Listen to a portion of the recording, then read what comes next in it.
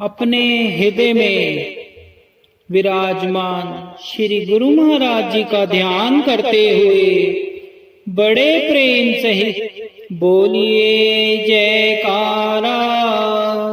बोल मेरे श्री गुरु महाराज की जय। परमात्मा का लॉकडाउन। एक कथा है, कुरुक्षेत्र के युद्ध क्षेत्र को विशाल सेनाओं के आवागमन की सुविधा के लिए तैयार किया जा रहा था। उन्होंने हाथियों का इस्तेमाल पेड़ों को उखाड़ने और जमीन को साफ करने के लिए किया। ऐसे ही एक पेड़ पर एक गौरैया अपने बच्चों के साथ रहती थी। जब उस पेड़ को उखाड़ा जा रहा था तो उसका घोंसला जमीन पर गिर गया, लेकिन चमत्कारी रूप से उसकी संतानें मरने से बच गई। लेकिन वो अभी बहुत छोटे होने के कारण उड़ने में असमर्थ थे।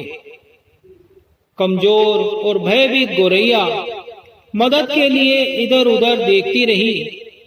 तभी उसने श्री कृष्ण जी को अर्जुन के साथ वहां आते देखा। वे युद्ध के मैदान की जांच करने और युद्ध की शुरुआत से पहले जीतने की रणनीति तैयार करने के लिए वहां आए हुए। उसने श्री कृष्ण के रथ तक पहुंचने के लिए अपने छोटे पंख फड़फड़ाए और किसी प्रकार श्री कृष्ण जी के पास पहुंची। बोली, हे श्री कृष्ण, कृपया मेरे बच्चों को बचाइए, क्योंकि कल लड़ाई शुरू होने पर उन्हें कुचल दिया जाएगा। सर्वव्यापी भगवान बोले, मैं तुम्हारी बात सुन रहा हूं, लेकिन मैं प्रकृति के कानून में हस्तक्षेप नहीं कर सकता। गौरैया ने कहा, हे भगवान, मैं जानती हूं कि आप मेरे उद्धार करता हैं। मैं अपने बच्चों के भाग्य को आपके हाथों में सौंपती हूं। अब ये आपके ऊपर है कि आप उन्हें मारते हैं या बचाते हैं। मैं अपने बच्चों सहित आपकी शरण में हूं। श्री कृष्ण जी ने एक साधारण व्यक्ति की तरह उससे बात की, जिसका आशय था कि वहां ऐसा कुछ भी नहीं था जिसके बारे में वो कुछ भी कर सकते थे। गौरैया ने विश्वास और श्रद्धा के साथ कहा, प्रभु, आप कैसे और क्या करते हैं वो तो मैं नहीं जानती। आप स्वयं काल के नियंता हैं, यह मुझे पता है। मैं सारी स्थिति एवं परिस्थिति एवं स्वयं को परिवार सहित आपको समर्पण करती हूँ।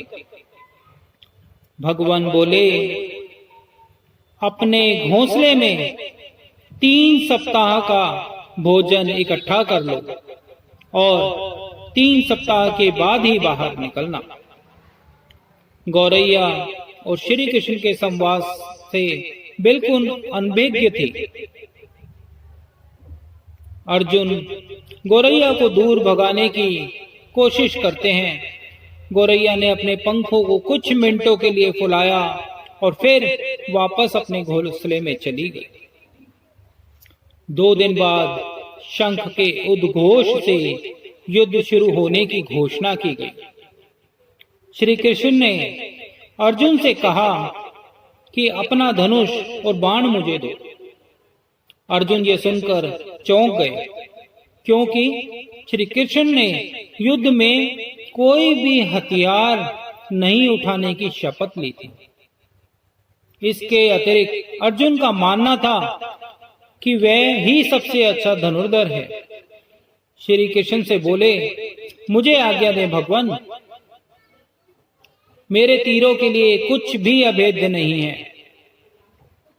चुपचाप अर्जुन से धनुष लेकर श्री कृष्ण ने एक हाथी को निशाना बनाया, लेकिन हाथी को मार के नीचे गिराने की बजाय तीर हाथी के गले की घंटी में जा टकराया और एक चिंगारी से उड़ गई। अर्जुन ये देखकर अपनी हंसी नहीं रोक पाए कि श्री कृष्ण एक साधारण सा निशाना चूक गए। बोलते हैं कि क्या मैं प्रयास करूं? उसने स्वयं को प्रस्तुत किया। उनकी प्रतिक्रिया को नजरअंदाज करते हुए कृष्ण ने उनका धनुष उन्हें वापस दिया और कहा कि कोई और आवश्यकता नहीं है। लेकिन केशव, तुमने हाथी को ही क्यों तीर मारा? अर्जुन ने पूछा। क्योंकि इस हाथी ने उस गौरैया के आश्रय उस घोंसले को, जो कि एक पेड़ पर था, उसको गिरा दिया था। श्री कृष्ण ने जवाब दिया। कौन सी गौरैया? फिर अर्जुन ने पूछा। इसके अतिरिक्त हाथी तो अभी स्वस्थ और जीवित है, केवल घंटी ही टूटकर गिरी है। अर्जुन के सवालों को खारिज करते हुए श्री कृष्ण ने उसे शंख फूंकने का निर्देश दिया। युद्ध शुरू हुआ और अगले 18 दिनों तक कई जानें चली गई और अंत में पांडवों की जीत हुई। एक बार श्री कृष्ण अर्जुन को अपने साथ उसी क्षेत्र में भ्रमण करने के लिए ले गए। कई शव अभी वहां हैं और जो उनके अंतिम संस्कार का इंतजार कर रहे हैं। जंग का मैदान गंभीर अंगों, सिरों, बेजान सीढ़ियों, हाथियों से भरा पड़ा था। श्री कृष्ण एक निश्चित स्थान पर रुके और एक घंटी, जो कि हाथी के गले में बांधी जाती है, उसे देखकर विचार करने लगे। उन्होंने अर्जुन से कहा कि क्या आप मेरे लिए ये घंटी उठाएंगे? निर्देश बिल्कुल सरल था, परंतु अर्जुन के समझ में नहीं आया कि आखिरकार इतने विशाल मैदान में, जहां बहुत सी चीजें पड़ी हैं, श्री कृष्ण को इस धातु के एक टुकड़े को रास्ते से हटाने की क्यों कहेंगे? उसने प्रश्नवाचक दृष्टि से उनकी ओर देखा। श्री कृष्ण ने फिर कहा कि हाँ जी, यही घंटी, ये वही घंटी है जो हाथी की गर्दन पर पड़ी थी, जिस पर मैंने तीर मारा था। अर्जुन बिना किसी और सवाल के भारी घंटी उठाने के लिए जैसे ही नीचे झुके और जैसे ही उन्होंने इसे उठाया, उसकी हमेशा के लिए जैसे दुनिया ही बदल गई।